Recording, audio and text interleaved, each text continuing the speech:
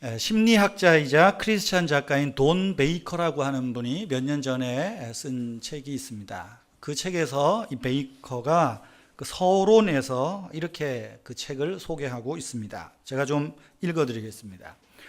최근에 나는 사무실 직원들의 월급을 지불하지 못할 것을 걱정하고 있었습니다.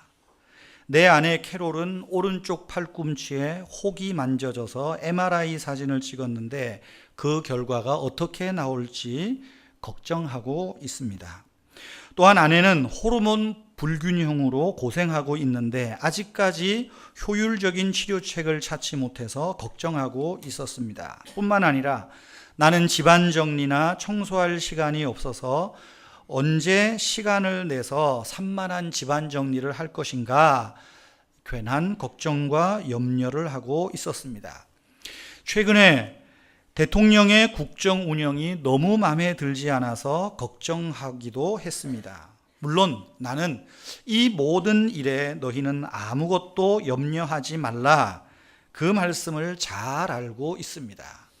하지만 나는 그 말씀을 생각할 때마다 염려하지 말라 이 말씀을 생각할 때마다 염려를 떨쳐버리지 못하는 내 자신이 더욱 염려스럽습니다. 나는 이런 염려와 불안의 증세가 나를 어떻게 괴롭힐 것인지 잘 알고 있습니다. 불안과 염려가 내 관절을 아프게 하고 침이 마르게 하고 손바닥에 땀이 샘솟듯 나게 할 뿐 아니라 어떨 때는 호흡곤란을 일으키고 소화불량과 위경련을 일으키는 것도 압니다. 또 어떨 때는 이것 때문에 심각한 우울증에 빠지기도 했었습니다. 그런데 나와 내 아내는 우리들의 문제에 대해 너무도 완벽하고 강력한 치료제를 찾아냈습니다. 이 치료제의 효과는 거의 기적적이라고 말할 수 있습니다. 나와 아내를 포함한 수많은 사람들이 이 치료제의 효과를 임상적으로 경험했습니다. 이 치료제는 식전이나 식후에 복용하시면 됩니다. 호흡곤란을 느낄 때, 가슴 통증이 느껴질 때 수시로 복용하실 수 있습니다. 물과 같이 드실 수도 있고 물 없이 드실 수도 있습니다. 이것은 특별한 처방전이 필요하지도 않습니다. 값도 무료입니다. 절대로 부작용이 없습니다. 이 치료제의 이름은 감사입니다. 돈 베이커가 쓴 감사 테라피, 땡큐 테라피라고 하는 책 서론에서 이야기하고 있는 내용입니다. 감사요법? 이래야 되나요? 아리스토텔레스라는 철학자가 이런 말을 했어요. 사람의 마음 중에서 가장 쉽게 늙어가는 것이 감사의 마음이다. 우리가 흔히 그런 말을 하죠. 서운한 일은 10년 가도 잊혀지지 않은데 고맙고 감사한 일은 열을 못 가서 기억에서 사라진다라는 말도 있습니다. 오늘 추수감사절입니다. 오늘이 있기까지 여러분 서운한 일을 잊지 못해서 가슴에 품고 있습니까? 아니면 고맙고 감사한 일을 잊어버린 채로 오늘까지 오셨습니까? 그렇다면 오늘 우리가 특별히 이 감사주의를 통해서 쉬 늙어가는 우리의 마음을 다시 한번 감사의 청춘으로 되돌이키는 그런 은혜가 있었으면 좋겠습니다. 성도들에게는 세 가지 보물을 가지고 있습니다. 이 세 가지 보물은 하나님께서 은혜로 주신 것들입니다. 저와 여러분이 모두가 가지고 있습니다. 그 보물이 무엇이겠습니까? 믿음, 소망, 사랑입니다. 바울이 이야기하죠. 믿음, 소망, 사랑 이 세 가지는 항상 있을 것인데 우리 신자들 안에 하나님이 주신 이 보물이 항상 있겠다는 것입니다. 그런데 이 세 가지 보물을 빛나게 하는 성도들의 태도가 있습니다. 바로 감사입니다. 사도 바울은 빌립보서나 골로새서, 에베소서와 같은 그의 선신서를 쓸 때마다 그 성도들에 인하여서 감사할 때 항상 이 세 가지를 가지고 감사했어요. 너희 안에 있는 믿음을 인하여, 너희가 서로 사랑하는 사랑의 소리를 들음으로 인하여, 하늘의 소망을 갖는 그 소망을 인하여 내가 하나님께 감사하노라. 너희들이 이 믿음, 소망, 사랑 세 가지가 있다면 범사에 감사하는 자가 되라. 이렇게 말하고 있습니다. 어거스틴은 그런 이야기를 합니다. 믿음, 소망, 사랑 이 세 가지는 항상 있을 것인데 이 성경에 만약에 나한테 하나를 더 기록하라고 하면 나는 주저없이 감사라고 쓸 것이다. 기록된 성경을 누가 고칠 수는 없죠. 그러나 나에게 그런 특권이 있다면 믿음, 소망, 사랑, 감사 이 네 가지가 항상 있을 것인데 이렇게 쓰고 싶다는 말이에요. 여러분 무슨 이야기일까요? 기독교 신앙의 특징적인 태도, 신자됨의 태도의 특징은 감사라는 것입니다. 믿음, 소망, 사랑을 더욱 풍성하게 하는 윤활유가 바로 감사입니다. 그래서 참 신앙에는 반드시 감사가 따라옵니다. 감사는 신앙의 가장 기본적인 표현이요 태도입니다. 그런 고로 감사가 없는 신앙은 진정한 신앙이라고 할 수 없습니다. 뿐만 아니라 감사할 줄 모르는 신자를 믿음 있는 신자라고 말하기도 어려울 것 같습니다. 그래서 독일의 본회퍼라는 신학자는 이런 말을 해요. 기독교인이냐 비기독교인이냐 크리스찬이냐 넌 크리스찬이냐의 구별은 그 사람이 감사함으로 사느냐 그렇지 않느냐 이걸로 구별할 수 있다는 거예요. 그 어떤 것보다 감사가 기독신자 됨을 구별해 준다는 것입니다. 성경은 말세의 가장 두드러진 특징이 뭐라고 말합니까? 감사가 없다는 거죠. 사도 바울은 로마서 1장 21절에 사람들의 이 이야기를 합니다. 하나님을 알되 하나님으로 영화롭게도 하지 아니하고 감사치도 않는다. 디모데후서 3장 1절 2절에서도 그렇게 말해요. 말세에 고통하는 때가 이르리니 사람들이 자기를 사랑하며 자랑하며 교만하며 비방하며 부모를 거역하며 감사하지 아니하고, 말세에 고통하는 때의 특징 가운데 감사하지 않음이 있다는 것입니다. 여러분 왜 이 말세에 감사가 없을까요? 오늘 이 시대를 사는 저와 여러분 우리의 삶을 돌이켜 보십시다. 우리 안에 감사가 얼마나 있습니까? 왜 오늘 이 시대가 점점 이렇게 감사가 없어질까요? 건국대학교에 그 석좌 교수로 있는 철학과 석좌 교수로 있는 강영계 교수가 이렇게 하고 싶은 22가지의 주제 이야기를 이렇게 책으로 낸 것이 있습니다. 거기에 보면 이 행복에 대한 이야기를 쭉 하면서 그래요. 오늘날 소비주의 시대를 우리가 살고 있다. 오늘의 시대가 소비주의라는 거예요. 이해가 되시죠? 그런데 이 소비주의 시대의 행복 요건이 사람들이 있다는 거예요. 이게 뭐냐 하면 하나는 어제보다 오늘이 더 좋아야 되고, 또 하나는 내 모든 형편이 내 주변보다 더 나아야 행복할 것이다 라고 생각한다는 거예요. 그런데 정작 이런 소비주의 시대에 이런 행복은 없다는 것입니다. 사람들은 항상 어제보다 오늘이 더 좋아야 되고 내 모든 형편이 주변보다 더 나아져야 되는데 늘 비교하면 그렇지 못하다는 거죠. 그래서 남과 비교하면서 감사를 뺏기고, 남과 비교하면서 불평하게 되고, 남과 비교하면서 자신의 처지를 한탄하고 있다는 것입니다. 수치로, 비교, 어떤 수치로 늘 계산을 한다는 거예요. 이것이 오늘날 소비주의 시대의 특징이라고 말을 합니다. 어린 왕자라는 동화책이 있죠. 그 주인공 어린 왕자가 그 책에 보면 그런 한마디 대사가 아주 귀에 남습니다. 어른들은 숫자를 좋아해. 독백이죠. 어른들은 숫자를 좋아한답니다. 어떻게 생각하세요? 예를 들어 보십시다. 남자분들, 젊은 사람들 이렇게 저렇게 만나면 야, 우리 차가 몇 cc냐? 몇 cc냐? 얼마 전에 우리 집사님 한 분이 차를 바꿨어요. 그랜저에서 K5로. 집사님 차 바꿨네, 좋습니다. 그랬더니 아유, 등급이 낮아졌어요. 내가 볼 때는 훨씬 더 좋은데, 뭔가 이 수치 강박관념처럼 있는 거죠. 그래서 몇 cc 타느냐 이야기합니다. 부모들은 그러죠. 우리 애가 이번에 몇 등 했나 등수 계산을 합니다. 야, 그 회사 월급은 지금 내가 있는 데보다 많이 주냐? 내가 월급쟁이로 있는 것보다 그 사업을 하면 좀 돈을 더 벌 수 있겠는가? 늘 숫자 이야기를 합니다. 어른들은 숫자를 좋아해. 맞는 것 같아요. 맞는 것 같아요. 등수만 빼놓고는 다 숫자가 높은 걸 좋아하는 것 같습니다. 대통령 선거를 앞두고 있습니다. 요즘 신문에서 이 대선 후보, 대통령 후보들에 대해서 이야기하는 게 뭡니까? 정책 이야기 별로 없습니다. 늘 지지율, 숫자 몇 퍼센트, 무슨 후보가 몇 퍼센트, 늘 숫자 가지고 이야기를 해요. 아니 도대체 이 인간들이 무슨 정책을 내는지 알아야 될 거 아니에요. 오직 숫자를 가지고 우리의 판단을 흐리게 하고 있다는 것입니다. 전형적인 소비주의 시대의 모습입니다. 여러분, 이처럼 숫자로 모든 것을 따지다 보면 감사의 눈이 흐려질 수밖에 없습니다. 비교하는 마음은 무엇이든지 소중하다고 여길 때 감사가 시작돼요. 그런데 숫자를 가지고 비교하다 보면 감사가 식어지고 사라질 수밖에 없다는 것입니다. 사랑하는 성도 여러분, 숫자를 좋아하시는 성도 여러분, 여러분의 숫자가 더 나아지셨습니까? 혹 못해지십니까?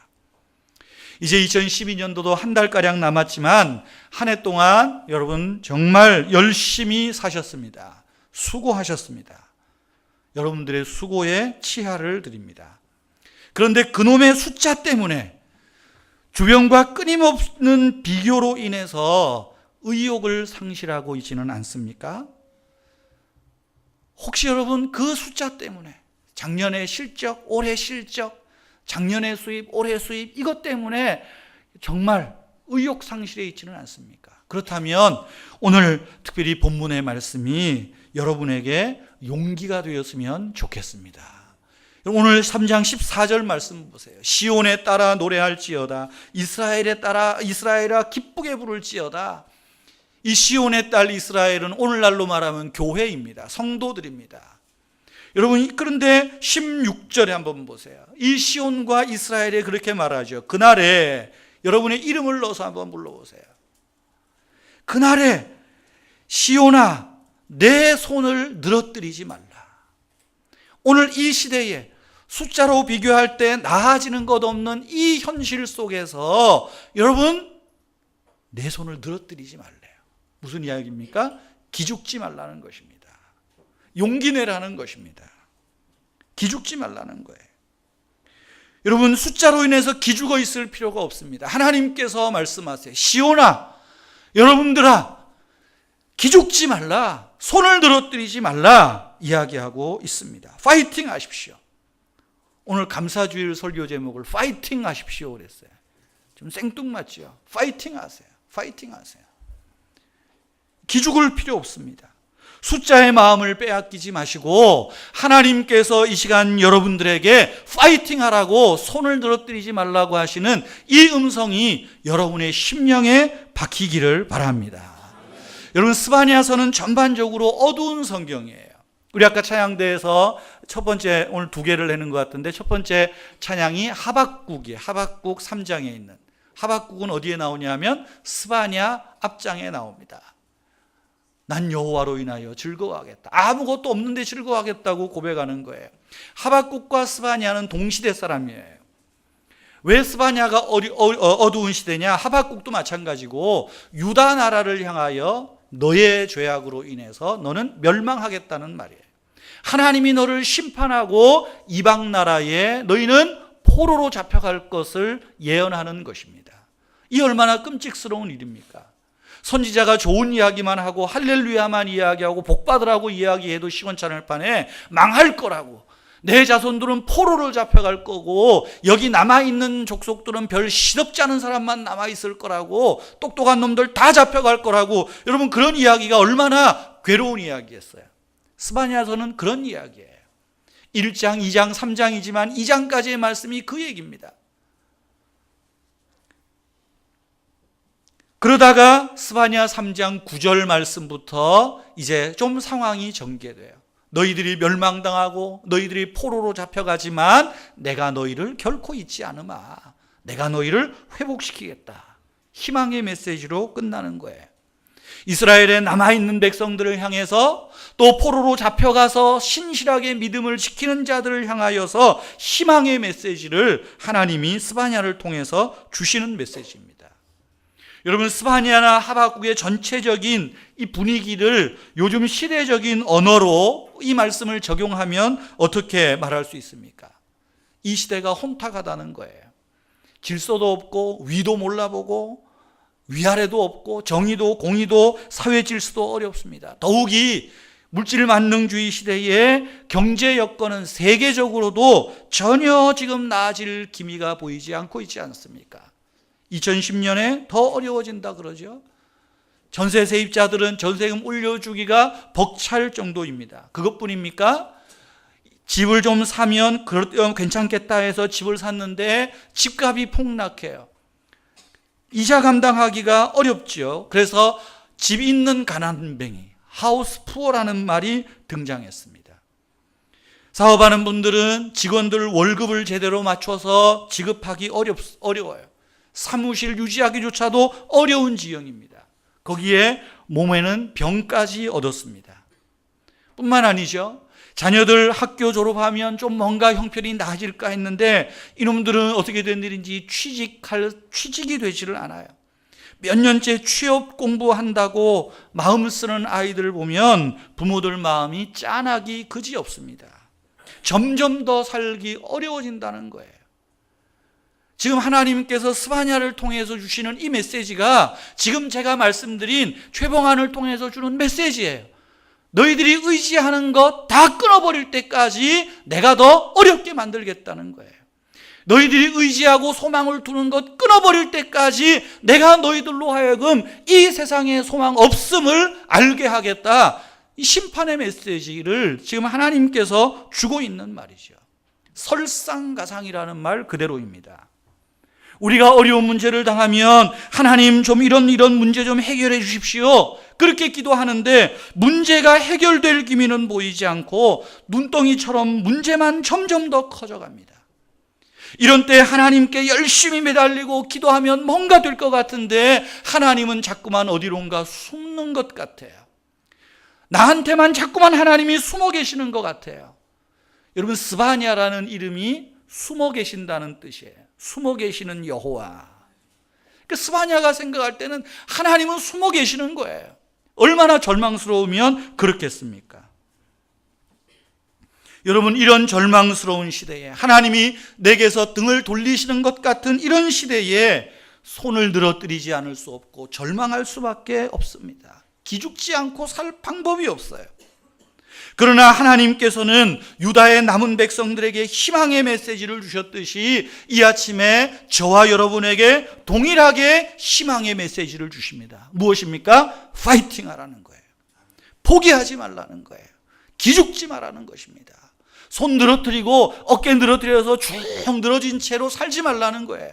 기죽지 마라, 손을 늘어뜨리지 마라, 파이팅 하라 말하고 있습니다. 성도 여러분, 우리가 왜 오늘같이 절망스러운 시대 속에서 파이팅 해야 되겠습니까? 우리 신자들이 파이팅 해야 하는 이유가 무엇일까요? 첫째는 하나님이 우리와 함께 계시기 때문입니다. 하나님이 여러분 안에 계시기 때문이에요. 하나님은 스바냐처럼 절대 숨어 계시는 분이 아닙니다. 우리 가운데 함께 계시는 분임을 믿으시기를 바랍니다. 여러분, 스바냐 3장에서 유독 강조되어 나오는 말이 있습니다. 하나님 여호와가 너의 가운데 계신다는 말이에요. 3장 5절을 한번 펴보세요. 3장 5절 앞장에 보시면 이제 이스라엘 백성들을 포로로 잡아갔던 그 이방 나라를 향하여 하나님께서 내가 이렇게 하겠다 하는 말씀을 하세요. 그럴 때 뭐라고 말합니까? 5절에 그 가운데 계시는 여호와는, 그 가운데 계시는 여호와. 더 나아가서 15절 말씀 보세요. 15절에 여호와가 내 형벌을 제하였고 내 원수를 쫓아냈으니 이스라엘의 왕 여호와가 어디에 계셔요? 내 가운데 계시니. 17절 말씀도 보세요. 너의 하나님 여호와가 너 가운데 계시니. 하나님이 너의 가운데 있다, 네 안에 있다. 임마누엘이라는 말이에요. 하나님이 우리와 함께 계시고 하나님이 숨어 계시지 않고 지금 나를 품고 계시기 때문에 기죽지 말라는 거예요. 화이팅 하라는 것입니다. 이스라엘이 바벨론에 멸망당하고 이방 나라의 포로 생활을 할 것이지만 하나님은 숨어 계시지 않고 포로로 잡혀가 있는 절망스러운 그 상황, 거기에도 하나님이 함께 계신다고 말하고 있습니다. 나는 내 상황 때문에 삶을 포기하고 싶고 모든 것 의욕 잃어버리고 포기하고 싶지만 하나님은 결코 포기하지 말라는 거예요. 왜요? 네 안에 너와 함께 내가 있기 때문이라는 것이죠. 하나님은 여러분들을 포기하지 않으십니다. 하나님은 여러분들을 버려두지 않으세요. 여러분의 고통 가운데, 아픔 가운데, 실패 가운데서도 여러분과 함께 계시는 분임을 믿으시기를 바랍니다. 여러분 생각해 보세요. 누군가가 나를 믿어주고 격려해주는 사람이 있다면 그래도 용기를 낼 수 있지 않겠어요? 제가 결혼할 때 우리 이 신랑 신부 둘이 보고 늘 하는 얘기가 있습니다. 신랑이 제일 좋아하는 말이 뭔 줄 아니? 당신이 최고야. 다른 말로 하면 당신 믿어. 당신 믿어. 그래서 제가 주례하기 전에 그러죠. 괜히 남편 전화번호 뒤질 생각하지 마. 믿는 거야. 남편이 혹시 비상금 얼마 꼬울 쳐놨나 그런 거 보지 마. 그냥 믿어. 그게 남자가 나 제일 좋아해. 남편에게 말하죠. 남편들 중에 여자는 뭐 제일 좋아하는지 아냐? 당신 이뻐. 이 말 제일 좋아한다고. 서로 믿어주니까, 서로 힘이 돼주는 거, 이게 얼마나 좋습니까? 오늘 집에 가셔서 한번 써먹으세요.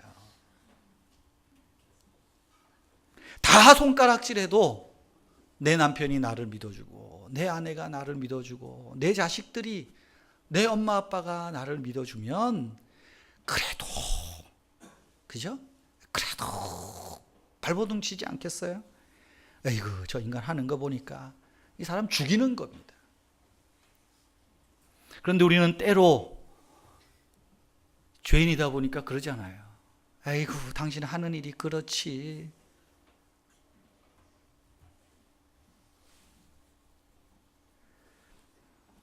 여러분 욥을 보세요. 하루아침에 자녀들이 다 죽습니다. 사업도 망하고 재산도 다 허비되고 몸에는 심각한 병까지 들었어요. 그 아내가 어떻게 말하죠? 아내가 힘이 되어주기는커녕 아이고 인간아, 네가 믿는 하나님 저주하고 너 차라리 나가 죽어버려라 그러잖아요. 얼마나 무시무시한 말입니까? 그런데 욥이 어떻게 해요? 그 절망 속에서도 파이팅했어요. 욥이 파이팅했던 이유는 어디 있습니까? 하나님이 나와 함께 계신다는 거예요. 그래서 욥기 말씀에 보면 그가 나의 가는 길을 아시는도다. 다르게 말하면 내 가는 길에 하나님이 계신다는 거예요. 욥기 29장 5절에 보면 전능자가 아직도 나와 함께 계시는도다. 전능자가 아직도, 그야말로 소망 없다고 비아냥거리는 그 순간에조차도 전능자가 아직도 나와 함께 계시는도다. 그런 욥이 일어날 수 있는 것입니다. 사랑하는 성도 여러분, 파이팅 합시다. 하나님이 여러분과 함께 계시는 줄 믿으시기 바랍니다. 너무 힘들어서 포기하고 싶습니까? 하나님이 여러분들을 포기하지 않으세요. 여러분과 함께 하세요.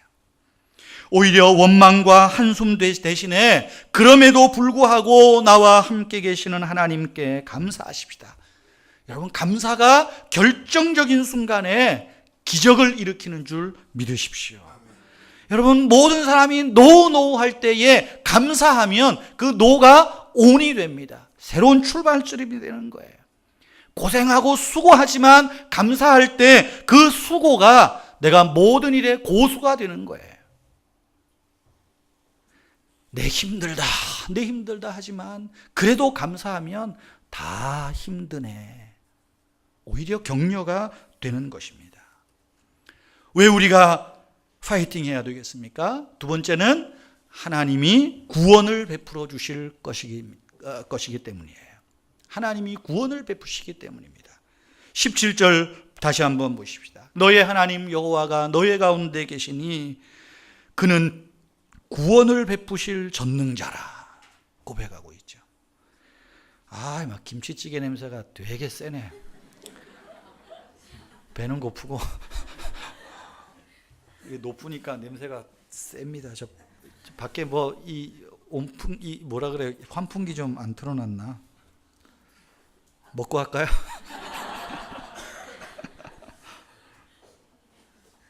어디 했나? 17절에 그는 구원을 베푸실 전능자라.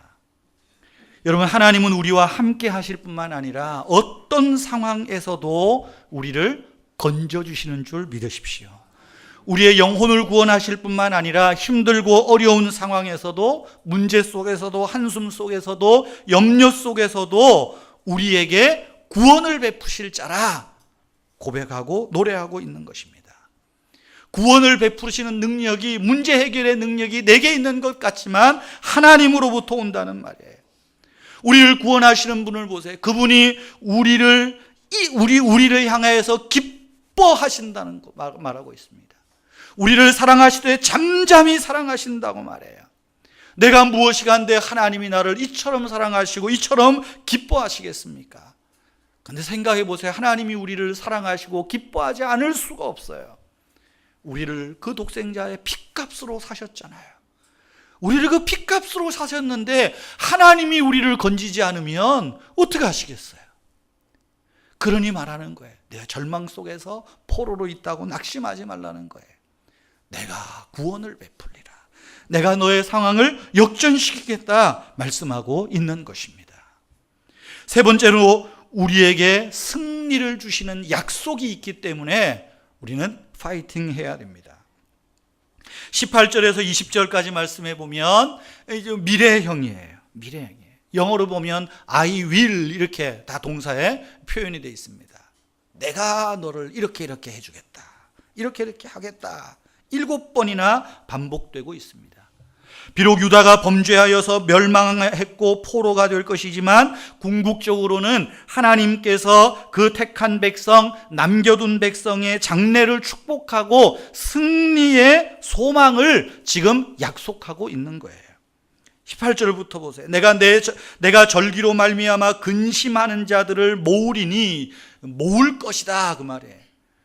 하나님 앞에 절기 유월절 제사를 드리고 맥추절을, 수장절을 드리고 싶은데 압제 속에서 어찌할 수 없어요. 포로로 압박되어 있는 짐이 지금 무거워요. 그러나 하나님이 말씀하세요. 내가 너희들을 옮기겠다. 바벨론에서 예루살렘으로 모으리니 옮길 것이니 그 말이에요. 옮기겠다는 거예요. 너의 장래를 내가 하나님이 건지시겠다는 것입니다. 19절도 마찬가지예요. 그때에 내가 너를 괴롭게 하는 자들을 다 벌할 것이다. 여기도 벌할 것이다. 젖는 자를 구원하며 삶에 지치고 낙심하고 실망하고 그야말로 죽음 문턱에 있는 자들을 구원할 것이라. 쫓겨난 자를 옮겨오며 온 세상에서 수욕받는 자에게 칭찬과 명예를 얻게 하겠다. 약속하고 있는 거예요. 20절도 보세요. 내가 그때에 너희를 이끌어 올 것이라. 그때에 내가 너희를 다시 모을 것이라. 칭찬과 명예를 얻게 할 것이라. 지금 주님께서 말씀하고 있는 것입니다. 한마디로 말하면 내가 너희를 높여주겠다는 거예요. 내가 너희를 회복시키겠다는 것입니다. 세상은 너희를 조롱할지 모르지만, 세상은 너희를 향하여 침을 뱉을지 모르지만 나는 너희를 회복시키겠다는 거예요. 내가 너희를 다시 세워주겠다는 것입니다. 너희를 조롱하고 핍박하고 압박하고 너희를 향하여 손가락질하는 자들을 내가 처리하겠다는 거예요. 하나님께 맡기라는 것입니다. 희망의 메시지죠. 우리 앞에 승리가 있다는 것입니다. 이 절망이 다가 아니라는 거예요. 이 어두움이 다가 아니라는 거예요. 여러분 가정에, 사업장에 혹은 자녀들의 앞날에 어두운 그림자가 물러날 줄 모릅니까? 점점 어두워집니까? 점점 어두워지는 것이 아니라 새벽이 가까이 오는 것을 기억하십시오. 여러분 3장 20절 마지막 절 다시 한번 보십시오. 내가 그때에 너희를 이끌고 그때에 너희를 모을지라. 내가 너희 목전에서 너희가 사로잡힘을 돌이킬 때에 너희에게 천하만민 가운데서 칭찬과 명성을 얻게 하리라. 그때에 너희로 하여금 칭찬과 명예를 얻게 하겠다. 이전의 영광을 회복시키겠다는 것입니다. 사랑하는 성도 여러분, 얼마나 힘이 드십니까? 얼마나 낙심되고 상처를 받고 마음을 아파하고 있습니까? 그것 때문에 염려가 주는 스트레스로 인해서 불안과 또 그것 때문에 시기와 다툼이 끊이지 않아서 감사가 있어야 될 그 자리에 오히려 다툼이, 원망이 여러분들을 짓누르고 있지는 않습니까? 그것 때문에 의욕을 상실하고 모든 것 포기하고 싶지 않습니까? 그렇다면 오늘 이 말씀을 기억하십시오. 파이팅 하라는 거예요. 기죽지 말라는 것입니다. 손을 늘어뜨리지 말라는 거예요. 다시 한번 하나님 앞에 그 하나님이 나와 함께 계심을 믿고 나를 구원하시는 하나님, 나를 회복시키는 그 하나님으로 인하여 하나님을 즐거워하며 감사하며 용기 내서 일어나시기를 바랍니다. 오히려 하나님 앞에 절망 중이라도 감사하십시오. 그 감사가 여러분의 삶을 희망의 기적을 움트게 할 것입니다. 하나님의 약속은 먼 미래가 아니에요. 우리가 하나님 앞에 감사의 능력을 회복하면, 그래서 하나님 앞에 다시 파이팅하면 그 약속이 지금 우리의 날들 속에 시행될 것을 믿습니다. 서울대학교에 이상묵 교수라는 분이 있습니다.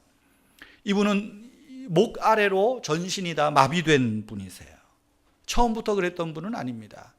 2006년도에 이제 미국의 캘리포니아 공과대학하고 이렇게 그 공동 연구를 위해서 이제 미국 가서 그 데스밸리 사막이죠. 그 데스밸리에 지질 조사를 하러 갔다가 그 이렇게 연구하던 중에 차가 뒤집혀 가지고 그 사고로 인해서 이상묵 교수가 전신마비가 됐습니다. 스티븐 호킹 그 버금가는 사람이죠. 갑자기 닥친 엄청난 일이에요. 얼마나 괴롭겠습니까? 사고를 당하고 이틀 만에 눈을 떠서 보니까 움직여지지 않는 거죠. 하나하나 생각하니까 이거는 화만 치밀어 오르는 겁니다. 내가 뭐 한다고 이 연구를 시작했을까? 운전하던 운전기사가 좀 조심하지. 이 그놈아가 이거 틀림없이 졸았을 거야. 또 좀 자기를 잘 보필해 줄 것 같은 이 조교들, 동료들 하나하나 다 원망이 되기 시작하는 겁니다. 하나님을 향해서도 원망하기 시작합니다. 그러다 일주일, 2주일 지나면서 이상묵 교수가 생각을 바꾸기 시작했습니다. 그래, 나는 과학자야. 다 다쳐도 내 머리는 다치지 않았어. 연구할 수 있는 뇌는 다치지 않았어. 이 얼마나 감사하냐. 그래도 뇌가 안 다쳤으니까. 그래도 말할 수 있으니까 이 얼마나 감사하냐.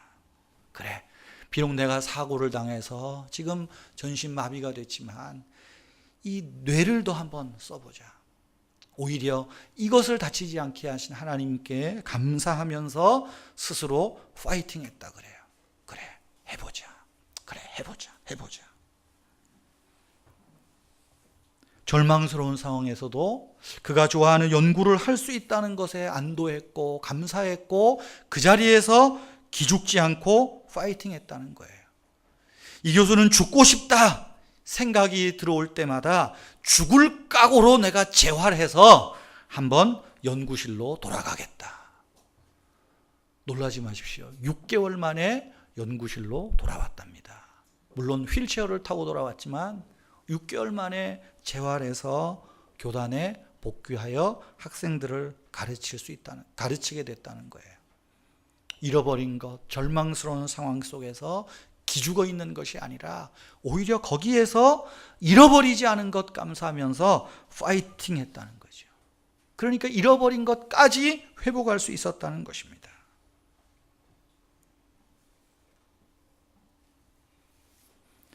사랑하는 성도 여러분, 감사는 한숨의 그림자를 걷어가는 맑은 햇살과 공기와 같은 것입니다. 감사는 햇살과 공기가 우리의 앞날을 춤추게 할 것입니다. 성도 여러분, 여러분의 가정과 사업장에 드리워진 먹구름으로 인해서 기죽지 마십시오. 먹구름 때문에 가슴 아파하지 마십시오. 먹구름을 움직이시는 하나님이 여러분과 함께 계심을 믿으시기 바랍니다. 고난의 먹구름을 움직이시는 분이 그 하나님이세요. 그 하나님이 말씀합니다. 내가 너의 상황 속에 지금 있다고. 너의 고난 속에 내가 있다고. 너의 아픔 속에 내가 있다고 말하고 있어요. 그렇다면 파이팅 할 수 있지 않겠습니까? 하나님이 필요로 해서 유다를 포로 생활하셨어요. 포로 생활하도록 하셨어요. 그렇다면 하나님이 지금 내게 필요해서 이 고난의 때를 지나가게 하고 있다고 인정하십시오. 그러나 그 고난의 현장에 하나님이 함께 계신다는 거예요. 내가 너의 가운데 계시니 뿐만 아니라 말씀합니다. 내가 구원을 베풀겠다. 내가 너를 잠잠히 사랑하고 내가 너를 기뻐하겠다. 내가 너에게 구원을 베푼다. 일어나라. 기죽지 마라. 네가 너를 바라보면 구원의 능력이 없지만 나를 바라보면 기죽을 필요가 없어. 일어나. 구원을 베풀 것이라. 뿐만 아니라 말합니다. 너에게 수치를 안겨주는 자들로 인해서 네가 칭찬과 명예를 얻게 하겠다. 그때에 얻게 하겠다. 말하고 있습니다. 여러분, 기죽을 일 많죠? 기죽지 맙시다. 우리 어깨 한번 핍시다. 오른손을 다 한번 듭시다. 운동선수처럼 파이팅 한번 할까요? 하나, 둘, 셋. 좋습니다. 한 번 더 합시다.